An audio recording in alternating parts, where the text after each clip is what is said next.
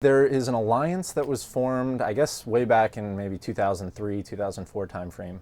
And it's 250 companies that came together and decided they needed a standard for wireless communication. And specifically, they didn't want to focus on like Bluetooth, which does point-to-point at higher data rates. They wanted to focus on the markets where you get data sent across a building or a large area, potentially traversing multiple hops, and everything needs to be really low power.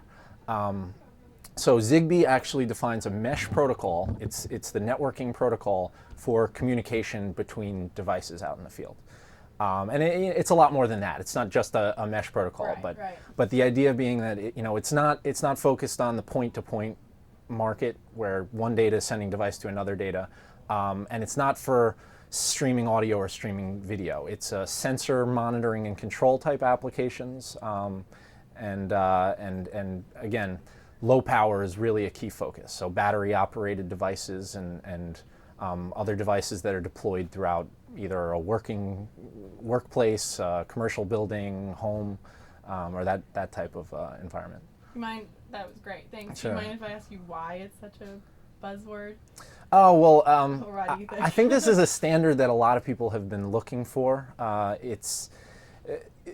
Devices out there need a common way to communicate, especially when you have one company building a product and another company that builds a complementary product. They need to work together, but you don't have the ability for one big company A to collaborate at the engineering level with big company B, per se.